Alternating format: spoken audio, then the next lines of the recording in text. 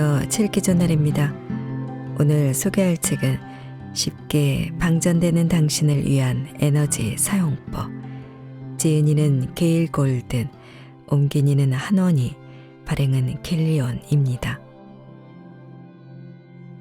우리는 로봇이나 AI가 아닌 이상 에너지 소비 없이 24시간을 빈틈없이 활용하며 살 수는 없습니다. 회사에서 100% 에너지를 쓰고 나면 집에 와서 누워만 있는 사람, 힘든 인간관계로 에너지를 소모하는 사람, 중요한 일과 쓸모없는 일에 똑같은 에너지를 쓰고 힘들어하는 사람 등 많은 사람들이 에너지 방전으로 지친 삶을 살고 있습니다. 이 책은 일상생활에서 우리의 에너지를 어떻게 잘 배분하여 쓰는가를 알려주는 책인데요. 저자는 선택해서 정리하다라는 의미의 에너지 큐레이션을 제안합니다. 간단하게 말하자면 고르고 기획하는 능력입니다. 한정된 에너지를 어디에 집중시킬지 선택하는 것이야말로 성공의 필수 조건이라고 주장하며 모든 것을 다 잘하는 사람은 없다라는 진리를 강조합니다. 책에서 알려주는 효율적 삶의 전략으로서 에너지 사용법은 1. 나에게 중요한 가치를 발견하라. 2. 에너지 투자 대비 이익을 따져라. 3. 중요하지 않은 일에서 손을 떼라. 4. 내 에너지를 빼앗아가는 사람을 멀리하라. 5. 완벽주의를 버리고 적당한 수준을 활용하라. 6. 우선순위에 따라 에너지를 분배하라. 7. 포기가 필요한 순간을 알아채라. 8. 내 에너지가 쓰여야 할 곳을 파악하라. 9. 나만의 탁월함을 추구하라. 우리는 모든 것을 다 잘 해낼 수는 없습니다. 인생에 필요한 선택을 하고 거기에 에너지를 집중해야 합니다. 에너지 관리야말로 행복하고 생산적이고 자유로운 삶을 사는 비결인 것입니다. 자, 그럼 지금부터 잠시 책 속으로 들어가 보겠습니다. 오늘도 책 읽기 좋은 날과 함께 좋은 시간 보내세요. 구독, 좋아요는 사랑입니다.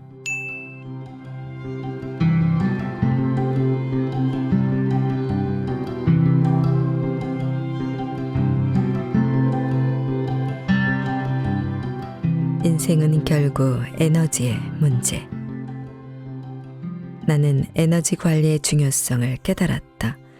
먼저 엔지니어의 관점에서 에너지를 살펴보자. 사용할 수 있는 에너지를 최대화하려면 두 가지에 유념해야 한다. 첫째, 사용할 에너지 총량인 에너지 용량을 늘려야 한다. 둘째, 한정된 에너지를 중요한 곳에 사용하고 쓸모없는 곳에 허비하지 않기 위해 에너지를 최대한 한 곳에 집중해야 한다. 이것이 바로 핵심이다. 그렇다면 어떻게 에너지 용량을 늘릴 수 있을까? 이 방법은 몸과 영혼의 에너지 발전소라는 책에 잘 정리되어 있다. 내게 코칭을 받으러 오는 모든 고객에게 추천하는 이 책은 내 인생을 바꿨다고 해도 과언이 아니다. 이 책에서 내가 가장 중요하게 생각하는 에너지 관리에 관한 주장은 총 5가지다. 시간을 관리하는 것은 불가능하다. 하루는 24시간이며 그것에 대해 당신이 할 수 있는 일은 없다. 시간 관리 대신 에너지 관리에 집중해라. 인생을 마라톤에 비유하는 사람은 무시해라. 생산적으로 살아가는 사람들은 삶이 마라톤이 아니라 연이은 단거리 경주라는 사실을 알고 있다. 인생을 운동선수처럼 살아라. 정해진 시간 동안 전력 질주한 뒤 회복기를 가져라. 회복 후 인생의 리듬으로 다시 들어갈 수 있도록 자신만의 의식을 만들어라. 에너지에는 총 4가지 종류가 있다. 물리적 에너지, 감정적 에너지, 정신적 에너지, 영적 에너지. 이 모두를 평가하고 관리해라. 에너지 용량을 극대화하는 것이 충만하고 생산적인 삶을 사는 지름길이다. 그런데 주의할 것이 있다. 이러한 습관이 몸에 배기까지는 시간과 에너지가 소모된다. 특히 처음 시작할 때 더욱 그렇다. 회복을 위한 의식, 충분한 수면, 건강한 식사, 연차 휴가 전부 사용하기. 이것을 다 할 여유가 있는 사람이 어디 있겠는가. 또한 애써 용량을 늘린다 하더라도 우리가 가진 에너지는 한정적일 수밖에 없다. 결국 우리에게는 에너지를 최대한 한 곳에 집중하는 전략이 더 안정적이다. 에너지 큐레이션을 제한하다. 내가 즐겨 사용하는 이미지가 있다. 바로 사구 가스레인지다. 한 번에 몇 개의 냄비를 올릴 수 있을까? 난센스 퀴즈가 아니므로 정답은 4개다. 만약 5번째 냄비를 올려놓으려면 어떻게 해야 할까? 이것도 난센스 퀴즈가 아니다. 정답은 냄비 하나를 빼서 빈자리를 만드는 것이다. 그렇다면 냄비 17개를 동시에 올려놓으면 어떻게 될까? 하나도 제대로 끓이지 못하면서 바닥이 물로 흥건해질 것이다. 그런데도 많은 사람이 날마다 사구 가스레인지에 냄비 17개를 올리려고 한다. 그리고 말도 안 될 정도로 많은 일을 다 해낼 수 있다고 생각한다. 바닥이 엉망진창이 되고 나면 그제야 이유를 궁금해한다. 사람들은 마치 자신의 에너지가 무한대라도 되는 듯 행동한다. 수많은 과제와 무리한 요구를 전부 받아들이며 자신을 극한의 상황으로 몰아붙인다. 그러나 우리가 가진 에너지는 한정적이다. 아무리 애를 써도 그렇다. 과중한 부담에 짓눌린 사람들의 마음을 치료하며 나는 자신이 가진 에너지를 현명하게 사용해야 행복해진다는 진리를 발견했다. 인생에 필요한 선택을 하고 거기에 에너지를 집중하라. 그 외의 일들에는 에너지를 덜 쓰거나 쓰지 마라. 가치 없는 일들에 에너지를 아껴 써야 중요한 일에 탁월해질 수 있다. 에너지 관리야말로 행복하고 생산적이고 자유로운 삶을 사는 비결이다. 그렇다면 대체 중요한 일을 하는데 필요한 에너지를 어떻게 찾을 수 있을까? 에너지를 극대화하기 위한 에너지는 어떻게 마련해야 할까? 나는 에너지 큐레이션을 제안한다. 큐레이트라는 동사는 선택해서 정리하다라는 의미다. 주로 미술관이나 전시회, 도서관, 공연 등에서 이루어진다. 미술 전시회를 생각해보자. 미술관이 소장하고 있는 모든 작품을 벽에 걸어야 할까? 물론 그럴 리 없다. 큐레이터는 전시의 주제에 가장 합당한 작품을 선택한 뒤 관람객에게 주는 효과를 극대화할 수 있는 방식으로 배치한다. 가장 중요한 작품이 제일 눈에 띄는 곳에 배치되고 홍보 포스터에도 등장한다. 중요도는 덜하지만 관련성 있는 작품들은 덜 주목받는 공간에 전시된다. 선택받지 못한 작품들은 어떻게 될까? 버리거나 처분하지 않는다. 추후에 열릴 전시를 기약하며 창고에 보관한다. 큐레이터는 정말 어려운 직업이다. 전시회, 도서관, 콘서트에서 보여줄 수 있는 것보다 어김없이 더 많은 그림, 재, 음악이 존재하기 때문이다.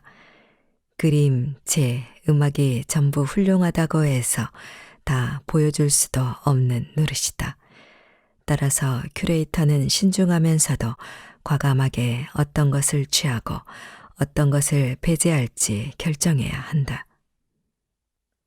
각자의 에너지를 큐레이션할 때도 동일한 과정을 거치면 된다. 자신에게 가장 중요하고 의미 있고 즐거운 일을 선택해서 그 일을 하는데 에너지를 집중해라.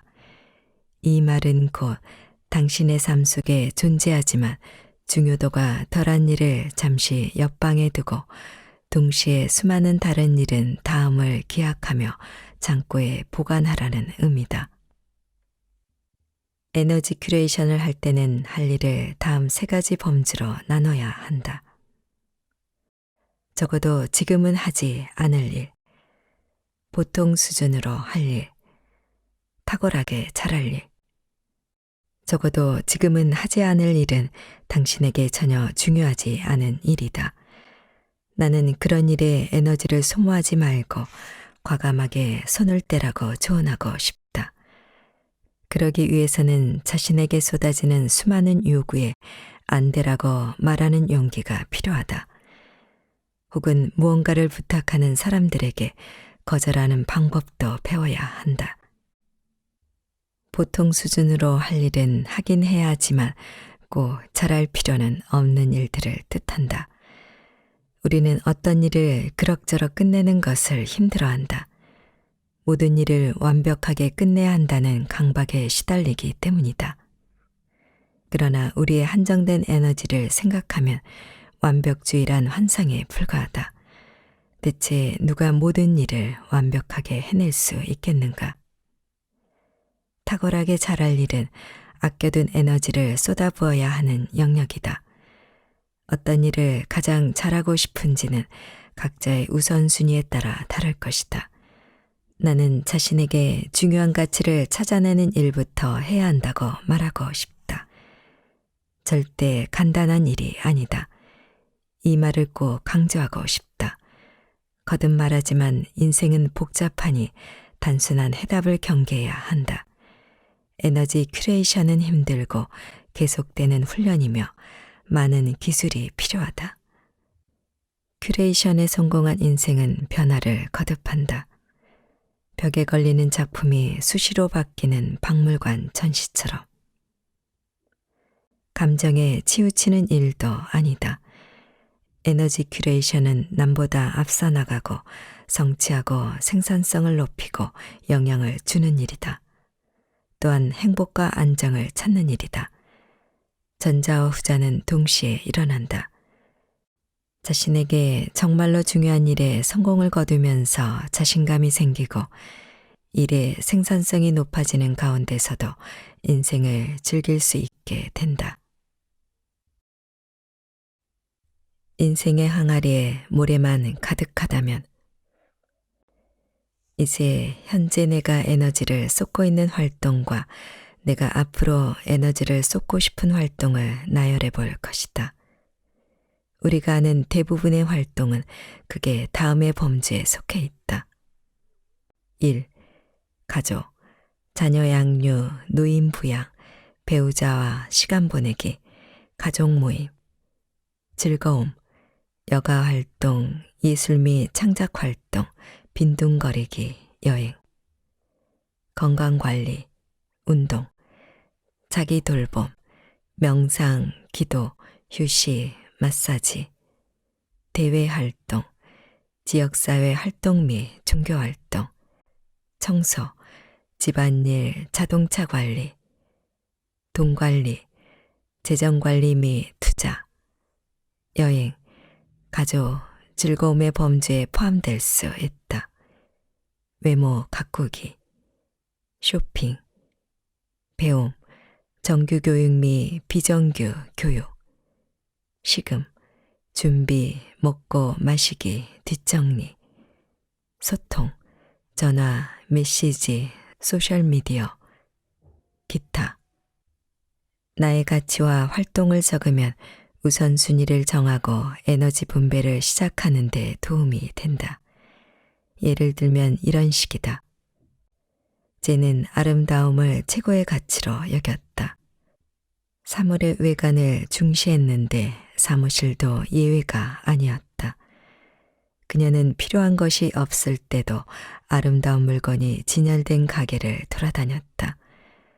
사무실에 절묘하게 어울리면서 자신의 눈을 즐겁게 해주는 예술 작품을 구입하면서 큰 만족을 얻었다. 에이미는 반대로 전략과 기능성을 중요하게 생각했다. 화려한 상점에 가면 사람들이 하찮은 물건에 돈을 낭비한다는 생각에 마음이 불편했다. 사무공간이 실용적이기만 바랄 뿐 외관이 어떤지는 관심 없었다. 제이슨은 가족이라는 가치를 소중하게 생각한다. 결혼한 지 3년 차인 그는 아이를 간절히 원했다. 직업에 불만은 없지만 일보다 인간관계를 통해 자신의 정체성을 찾았다. 롭은 배우다. 오직 연기에만 열정이 있다. 오디션을 보고 연기하는 와중에도 춤, 노래, 연기 수업을 받느라 애인을 사귀기는커녕 사교 활동을 할 시간도 부족했다. AJ는 신으로부터 세상을 더 나은 것으로 만들라는 명을 받았다고 믿었다. 의미 있는 일을 하며 어려운 사람들에게 변화를 가져온다는 기분을 느껴야 했다. 목적의식을 충족시키기 위해 힘든 여건 속에서 장시간 일하는 것을 마다하지 않았다. 멀리 사는 경제적 안정을 원했지만 실은 부자가 되고 싶었다. 어려운 환경에서 성장했고 다시는 그때로 되돌아가고 싶지 않았다. 언젠가는 번 돈을 좋은 일에 쓰겠다고 생각하지만 지금은 재산을 불리는 게 급선무다. 돈만 많이 준다면 힘든 여건 속에서 장시간 일할 수 있다. 위 사례들을 보면 가치가 사람들이 어떻게 에너지를 소모할지 선택하는 기준이 된다는 사실을 알 수 있다. 여기에는 3가지 시사점이 존재한다. 생산성과 행복을 극대화하기 위해서는 먼저 자신이 어떤 가치를 중요하게 여기는지 파악하고 난 뒤 그 가치에 부합하는 활동을 하는데 에너지를 집중해야 한다. 이것을 잘할수록 더 만족스러운 인생을 살고 생산성도 덩달아 상승한다. 정답은 하나가 아니다. 쟤는 에이미보다 더 많은 시간을 쇼핑에 할애하면서 행복해야 할 것이다. 제이슨은 가족 계획을 시작하면 되고 롭은 아직 그럴 때가 아니다. AJ와 멀리 사는 둘 다 세상에 큰 공헌을 하고 있는데 방식만 다를 뿐이다. 큐레이션의 과정은 시간이 흐르면서 변화한다. 한 번 하고 끝나는 일이 아니다. 예상컨대 지금 당신이 에너지를 배분하는 방식과 당신의 가치관이 완벽하게 일치하지는 않을 것이다. 하찮고 어리석게 느껴지는 일에 시간을 허비하며 정작 중요한 일에는 제대로 시간을 내지 못하고 있을 것이다. 당신의 에너지 큐레이션은 제대로 작동하지 않으며 그 결과 전시회, 즉 당신의 인생이 별 볼 일 없게 느껴질 것이다. 에너지 큐레이션에 성공한 인생을 살기 위해서는 다음 3가지가 필수다. 1. 안 된다고 말하기. 지금 당장 하지 않을 일을 골라내라. 그런 다음 단계적으로 그 일을 인생에서 제거해라. 2. 중간만 하기. 어떤 일을 완벽히 하지 못할 바에야 아예 안 하는 것이 낫다는 신념을 가진 사람들이 많다. 헛소리다. 이게 바로 우리가 벗어나야 할 엄격한 가치다. 미안하지만 우리가 하는 일은 대체로 그저 그렇다. 모든 걸 탁월하게 잘하는 사람은 없다. 실로 뛰어난 사람을 살펴보면 보통 한 가지 일만 한다. 자신이 중간 수준으로만 할 일을 찾아서 그 일에 딱 필요한 만큼만 에너지를 쏟아라. 위 과정은 순차적이 아니라 동시에 일어나야 한다. 이 3가지만 실천하면 최고의 인생을 살 수 있다. 나는 최근 데이비드 루소 라피 선생님으로부터 큐레이션의 과정을 쉽게 설명해주는 멋진 이야기를 들었다. 어느 날 선생님이 교실 탁자 위에 유리 항아리를 올려놓았다. 선생님이 항아리에 커다란 돌 2개를 넣자 더 들어갈 자리가 없었다. 선생님은 학생들에게 항아리가 가득 찼는지 물었고 학생들은 그렇다고 대답했다. 그러자 선생님은 정말 그럴까요? 라고 반문한 뒤 작은 조약돌 한 무더기를 꺼내서 항아리에 넣기 시작했다. 항아리를 흔들어가며 큰 돌 사이에 조약돌을 가득 채웠다. 선생님은 다시 학생들에게 물었다. 항아리가 가득 찼나요? 그러자 학생들은 그렇다고 대답했다. 그러자 선생님은 조약돌 사이에 모래를 한 바가지 부었다. 선생님이 같은 질문을 하자 이번에는 학생들의 의견이 둘러 나뉘었다. 누가 봐도 이제 항아리가 가득 찼다고 말하는 학생들과 다른 속임수가 등장하지 않을까 경계하는 학생들이 맞섰다. 선생님이 이번에는 물통을 꺼내 항아리 가장자리까지 물을 가득 붓고 난 뒤 말했다. 항아리가 여러분의 인생이라고 가정해 봅시다. 이 실험이 주는 교훈은 무엇일까요? 돌은 여러분의 인생에서 중요한 일을 상징합니다. 삶이 끝날 때 여러분이 가치 있게 생각한 것들 말이에요. 조약돌은 인생에서 의미 있는 다른 여러 가지 일을 뜻해요. 모래와 물은 우리의 시간을 채우는 작은 일들입니다. 이렇게 한번 생각해 봅시다. 내가 만약 항아리에 모래나 조약돌을 먼저 채워 넣었다면 어떻게 됐을까요? 바로 그게 문제다. 우리 대부분은 항아리에 모래가 너무 많아서 근돌이 들어갈 자리가 없다. 이제 어떻게 하면 항아리에서 모래를 퍼낼 수 있을지 알아보자. 큐레이터의 언어로 말하면 전시의 주제와 전혀 관계없는 작품을 없애버리는 방법이라고 할 수 있겠다. 인생에서 무엇이 정말 중요한지 어른다운 결정을 내리기 위해서는 당신이 중요하게 생각하는 가치를 명확하게 정의해야 한다. 내 에너지를 빼앗아가는 사람을 대하는 법. 내 의지와 무관하게 에너지를 뺏기는 관계에 놓일 수도 있다. 가족 중에서도 영악하고 손이 많이 가고 끊임없이 요구하거나 분노에 차 있고 권위적이고 비하를 서슴지 않는 사람이 있을 수 있다. 내 가족을 내가 선택할 수는 없으니까. 직장에서도 큰 문제거리다. 직장에서 힘들어하는 사람들을 코칭하다 보면 에너지를 빼앗는 동료와 일하는 경우가 많았다. 그런데 오히려 동료가 우울해 보이고 불쌍하다며 자신이 챙겨줘야 한다고 느끼고 있었다.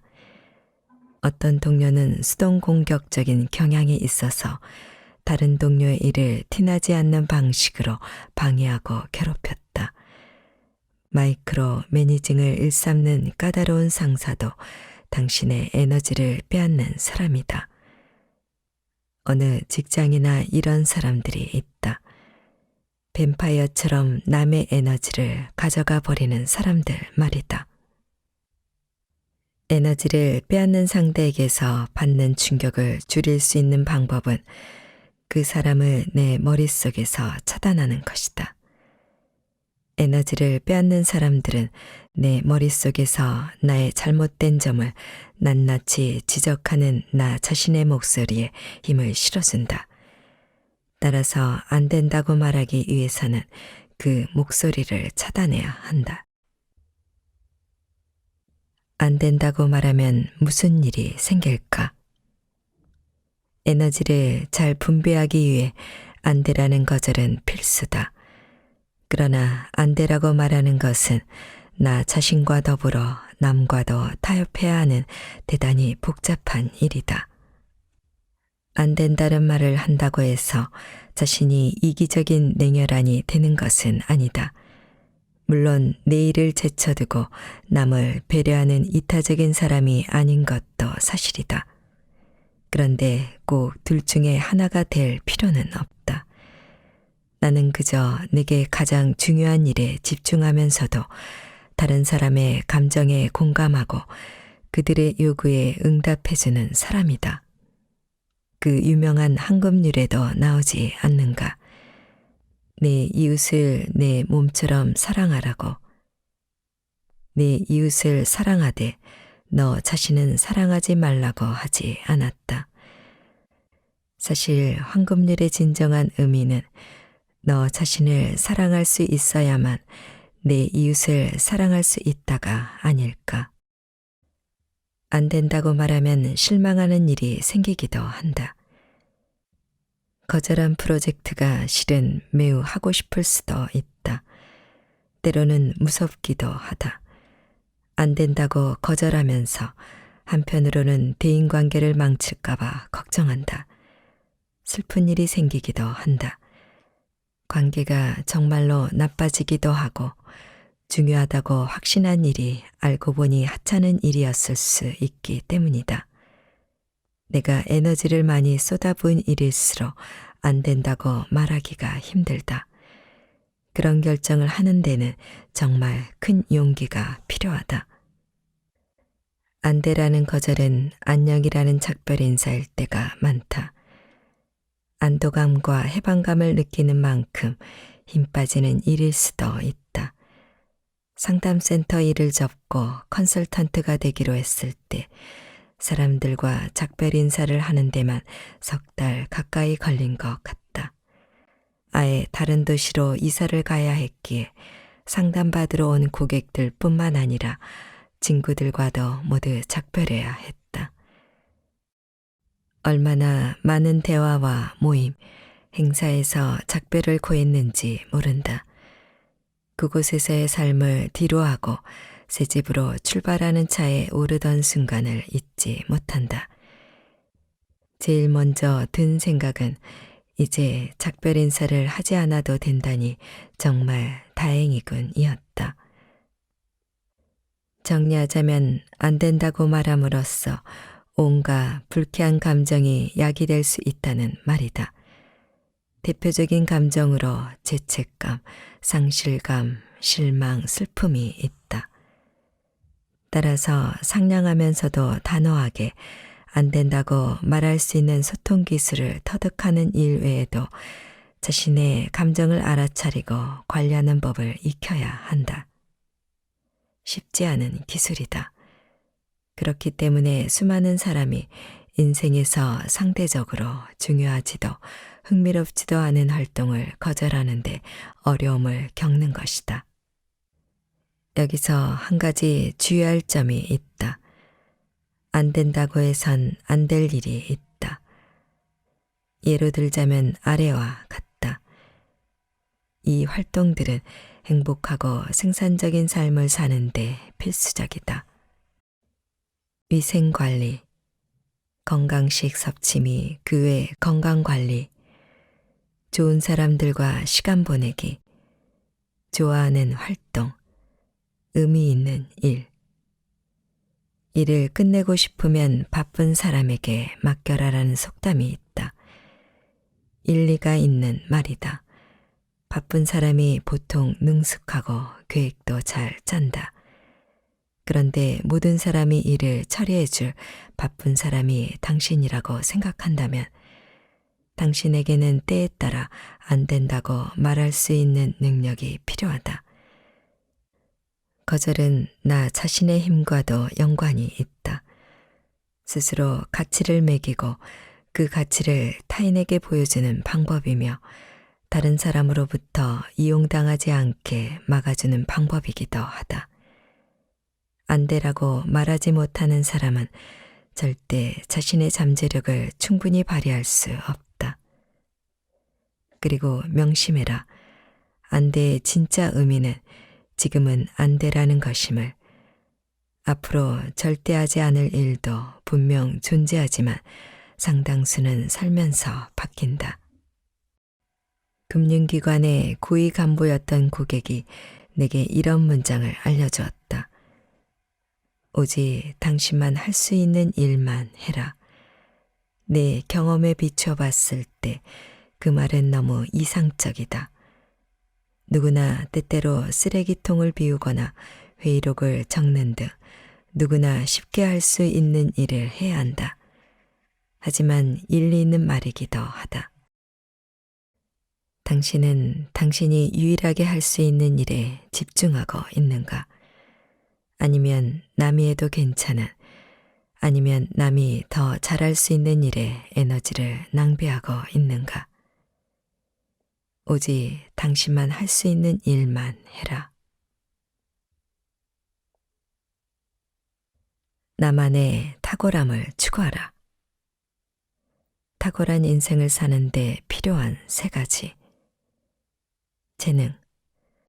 탁월한 인생을 사는데 필요한 3가지 요소는 재능, 기회, 헌신적인 노력이다.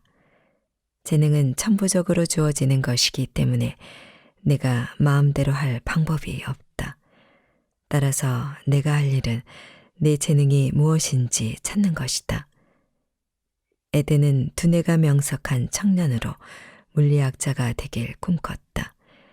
물리학과가 유명한 명문대에 무사히 입학했지만 전 물리학 수업에서 F학점을 받고 말았다.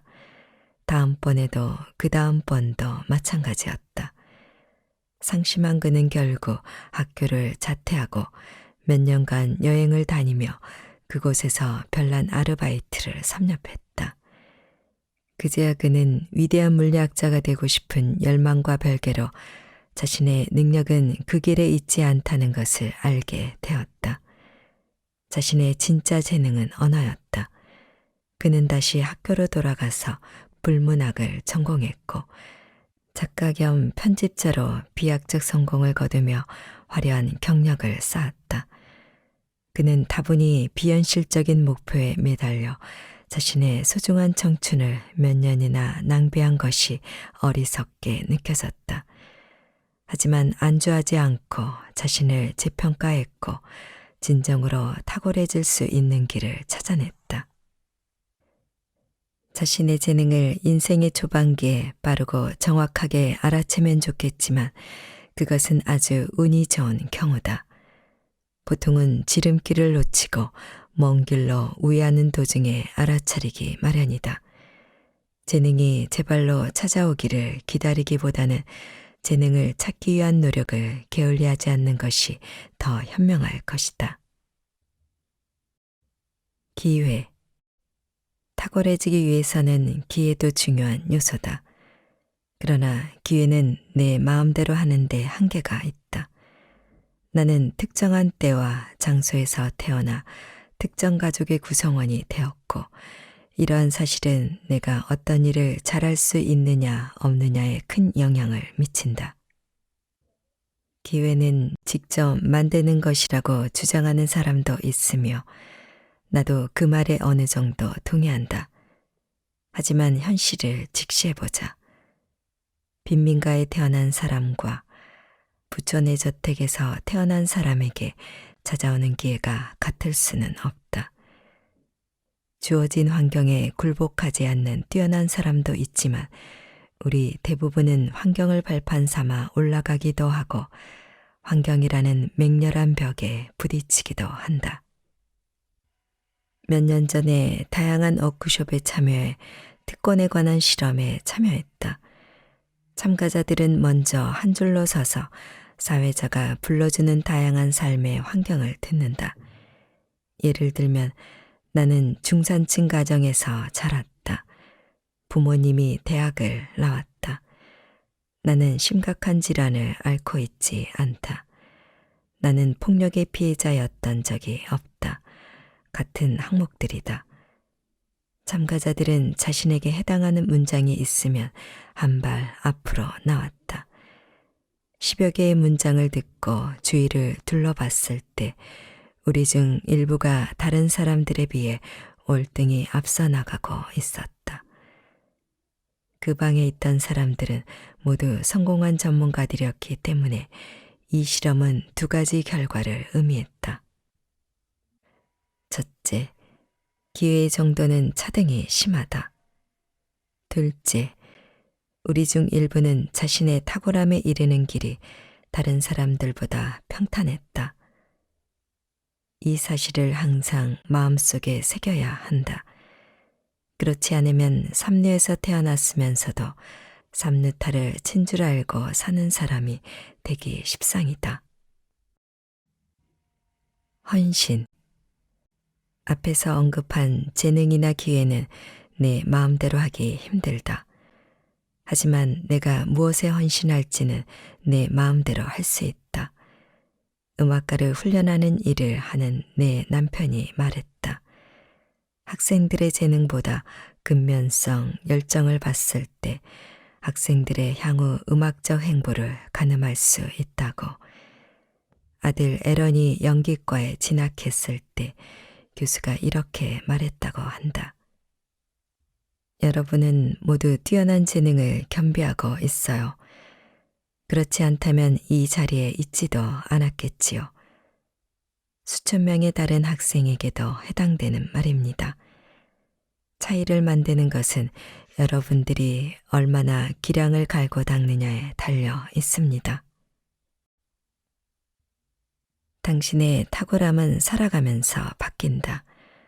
25살과 75살 때 탁월해지기로 선택한 일은 서로 다를 수밖에 없다. 따라서 탁월한 삶을 선택하고 살아가는 과정을 되풀이해야 한다. 에너지 큐레이션의 궁극적인 목표는 나만의 탁월함을 선택한 뒤 그것을 추구하는 것이다. 공경에 처한 아이에게 도움의 손길을 내밀든 끝내주는 국수를 만들든 영감을 주는 경영자가 되든 찾아서 실행해라. 당신의 에너지가 쓰여야 할 곳은 바로 그것이다. 집, 에너지를 충전하는 장소. 사람들은 대부분 핵가족보다 더 확장된 가족 관계를 친밀하게 유지하고 있다. 그러한 관계는 에너지와 기쁨의 원천이 될 수 있지만 에너지를 빼앗아 가기도 한다. 큐레이션을 할 때 시어머니는 어디쯤 자리하는가? 건강이 좋지 않은 남동생은, 손주들은. 엘렌의 아이들이 아직 어렸을 때 그녀의 누세한 부모님은 도움이 점점 더 절실해지고 있었다. 엘렌과 약 1시간 떨어진 곳에 살고 계셨는데 건강상 문제와 다른 위기 상황 때문에 엘렌에게 종종 도와달라는 요청이 왔다. 그래서 부부는 엘렌의 부모님을 모시기로 하고 집 2채를 모두 팔아 모든 가족이 살 수 있는 더 큰 집을 사들였다. 사려 깊고 애정 어린 선택이었지만 부모님을 모시는 일은 쉽지 않았다. 엘렌과 가족들에게 익숙했던 일상적 루틴이 모두 무너졌다. 엘렌은 늘어난 가족 구성원 때문에 생기는 문제들을 관리하는데 육체적, 정신적으로 부담을 느꼈다. 그녀의 절망감을 이야기하며 우리는 계산을 해보기로 했다. 엘렌이 남편과 2 아이와 살 때는 총 6개의 관계가 존재했다. 엘렌과 남편, 엘렌과 첫째 아이, 엘렌과 둘째 아이, 남편과 첫째 아이, 남편과 둘째 아이, 첫째 아이와 둘째 아이. 엘렌의 부모님이 합류하면서 관계의 개수에는 어떤 변화가 생겼는가? 2개가 늘어났을까? 아니, 무려 9개다. 위 6개에 더해 다음이 더 늘어났다. 엘렌과 어머니, 엘렌과 아버지, 남편과 장모님, 남편과 장인어른, 첫째 아이와 할머니, 첫째 아이와 할아버지, 둘째 아이와 할머니, 둘째 아이와 할아버지, 엘렌의 어머니와 아버지, 엘렌이 부담을 느낀 데에는 다 이유가 있었다. 노부모를 모시고 사는 것이 더 쉬워졌다고 말할 수는 없지만 자신의 인생이 얼만큼 더 복잡해졌는지 깨닫고 인식하게 되면서 엘렌은 오히려 조금 느긋해졌고 가끔 자신이 원하는 일에 더 에너지를 쓰기 위해 노력했다. 이 외에도 큐레이션의 원칙을 가정생활에서 어떻게 적용할 수 있는지 다양한 사례들이 존재한다. 다시 한번 강조하지만 큐레이션이란 중요한 일이 무엇인지 결정하고 에너지를 그곳에 사용하는 것이다. 그다지 중요하지 않은 일은 안 된다고 거절하고 그 외 수많은 일은 보통 수준으로만 해내며 탁월해지겠다고 선택한 곳에 온 힘을 다해 노력하는 것이다. 수많은 가정이 갈등, 분노, 실망, 절망 등으로 고통받고 있는 것을 알고 있다. 가정에서 내 에너지를 대부분 뺏기고 있다면 세상에 나가서 탁월해지는 게 얼마나 힘들겠는가. 가장 좋은 시나리오는 가정이 에너지를 낭비하는 곳이 아닌 충전하는 곳이 되는 것이다.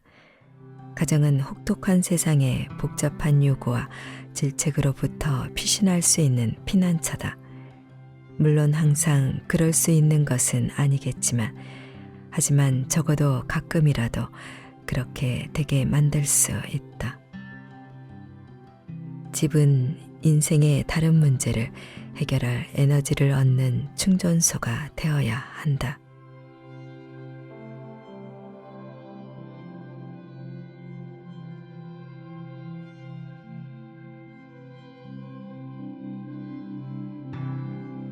책 읽기 좋은 날 오늘은 쉽게 방전되는 당신을 위한 에너지 사용법을 보내드렸습니다. 감사합니다.